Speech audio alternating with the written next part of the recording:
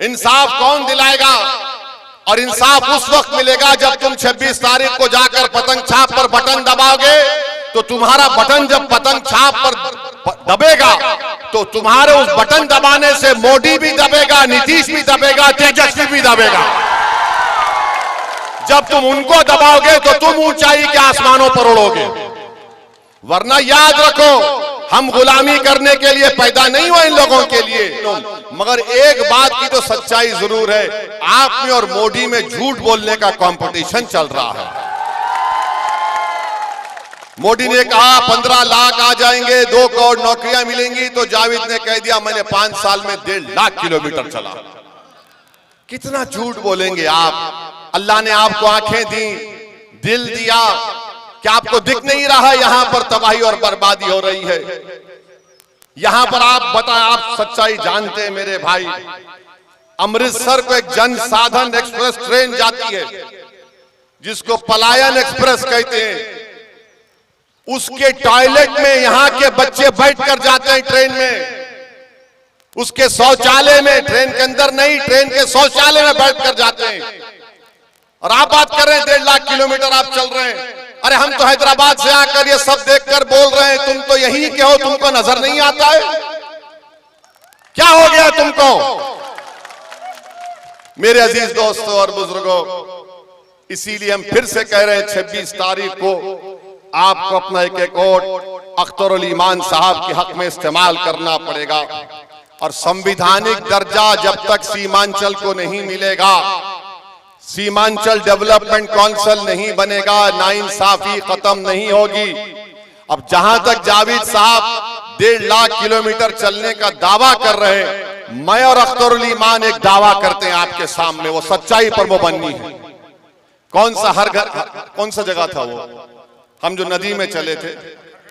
हाँ, खरखरी भरभरी घाट में पिछले साल हम और अख्तरुल ईमान और पूरे हमारे मजलिस के 60-70 लोग नदी में चले, ब्रिज गिर गया था। हाँ, नदी में चले थे, 15 मिनट चले हम, 15 मिनट चले तो आज आप जाकर देखो काम शुरू हो गया। जावेद साहब, तुम्हारे चलने में हमारे चलने में फर्क यह है कि जब तुम चले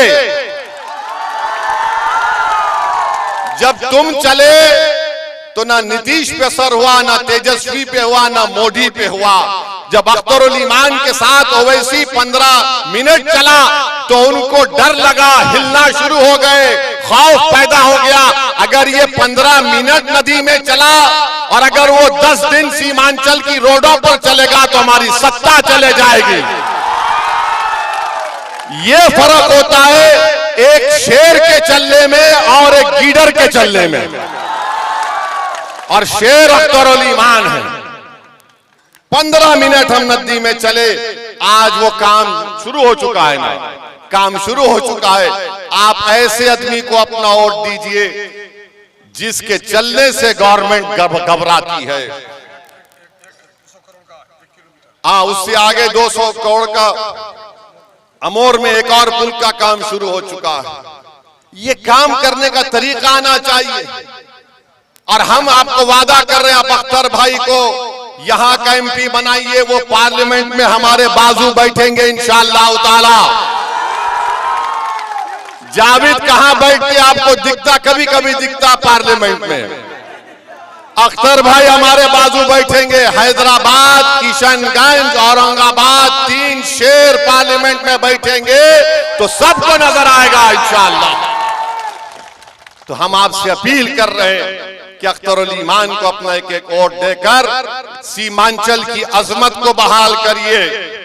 तस्लीमुद्दीन साहब के उन ख्वाबों को पूरा करने का काम, मौलाना असरहुल कासमी साहब की उन कोशिशों को पूरा करने का काम सिर्फ अख्तरुल ईमान कर सकता है और कोई नहीं कर सकता। मेरे अजीज दोस्तों और बुजुर्गों, फिर आपके सामने अख्तर भाई ने बताया कि बिहार में कास्ट सेंसस हुआ।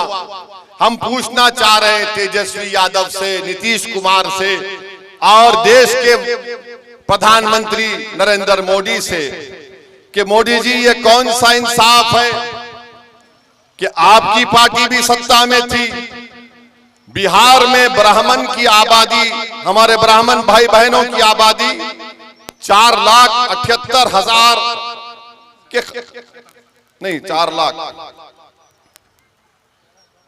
हाँ नहीं 4 लाख, आदिल बोल, ब्राह्मण लोग, हाँ?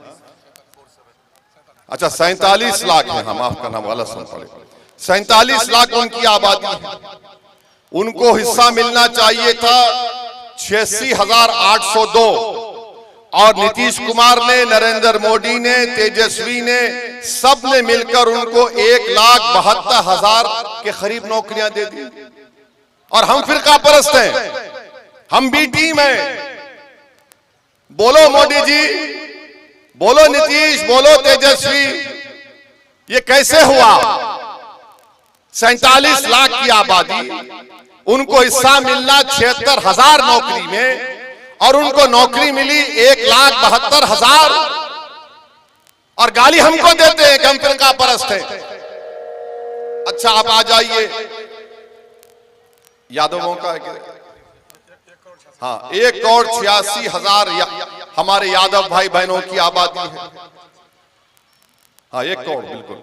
और उनको नौकरी मिली 2,92,000, जबकि उनको मिलना चाहिए नहीं, उनको नौकरी मिली 2,89,000।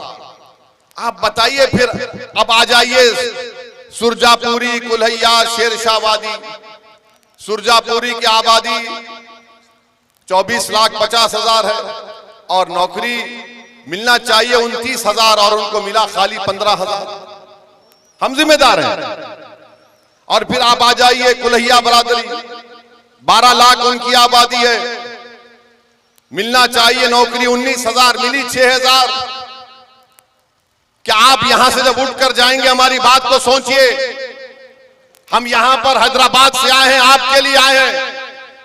इंसाफ कौन दिलाएगा? और इंसाफ उस वक्त मिलेगा जब तुम 26 तारीख को जाकर पतंग छाप पर बटन दबाओगे। तो तुम्हारा बटन जब पतंग छाप पर दबेगा तो तुम्हारे उस बटन दबाने से मोदी भी दबेगा, नीतीश भी दबेगा, तेजस्वी भी दबेगा। जब तुम उनको दबाओगे तो तुम ऊंचाई के आसमानों पर उड़ोगे। वरना याद रखो, हम गुलामी करने के लिए पैदा नहीं हुए इन लोगों के लिए। अब आप आ जाइए शेरशाहवादी, हमारे भाई बहन 13 लाख उनकी आबादी, 21,000 उनको नौकरी मिलनी चाहिए, उनको नौकरी मिली खाली 5,500। बताओ फिर ये कौन नाइंसाफी कर रहा है? तुम्हारा आदादो शुमार है, तुम्हारे सरकार की आदादो शुमार है, और तुम क्या कर रहे हो? मेरी भाइयों बहनों, नौजवानों, हम तुम्हारी लड़ाई लड़ रहे हैं।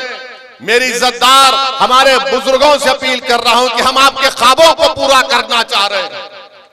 आपने अपनी जवानी को खपा दिया इन जालिमों के पीछे, और इन जालिमों ने हमारे नौजवानों के मुस्तकबिल को बर्बाद कर दिया।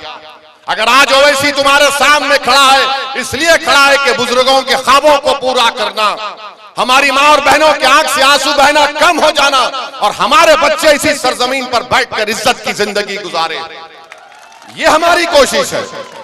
तो इसलिए हम आपसे अपील कर रहे हैं कि आप अपना एक